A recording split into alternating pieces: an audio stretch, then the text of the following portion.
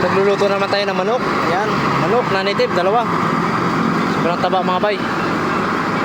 Yan, mga dumalaga daw to. Yan. Manok na native. So tinula.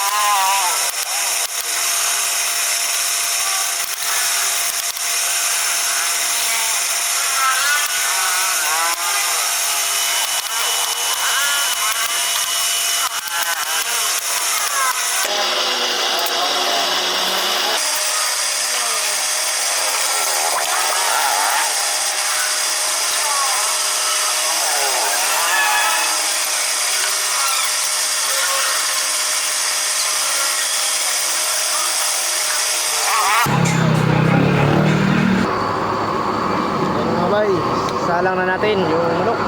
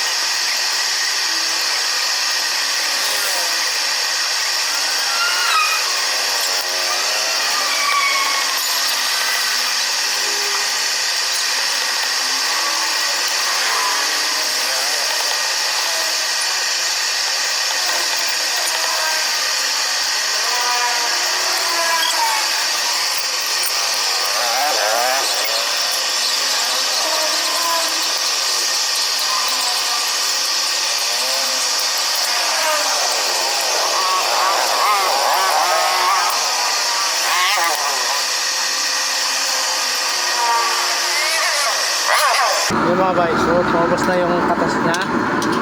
Tanggalin na natin to kasi medyo tuyo na, no, bago siya gisahin. Kasi tinula po ito bay, native na manok na yun bay. Yung mga bay, nagpainit muna tayo ng mantika bago natin gisahin yung organo natin. Ito lang natin medyo mga bay para po ay ganda.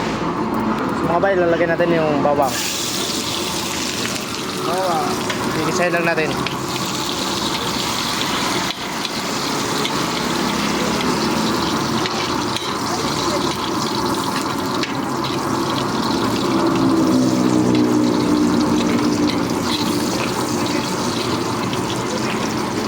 Kulang na mga bay, so sibuyas na naman. Nagsabay ko na to yung sibuyas saka luya para maluto rin yung luya natin. Diba, halukain na naman natin mga bay. So haluin lang natin mga bay para po ay ma-mix yung mga ricado natin. So yung sarsarang matinulan natin manok, igisahin muna natin bago natin siya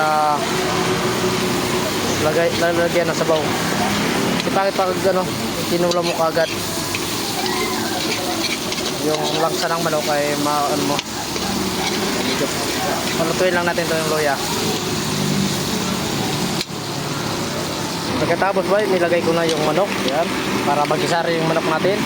After mga 5 minutes, so tanggalin natin siya, lilipat sa kaldero para malagyan na natin ng tubig. So tayo natin mga bay. Ito rin yung mga bay, so nilipat na natin sa kaldero. Pinag-isahan natin kanina. So ito na, may tubig na mga bay. Kita mo nyo ng sabaw ng native mga bay. Naninilaw-nilaw yung sabaw. Tayo lang natin kumulo yan mga bay.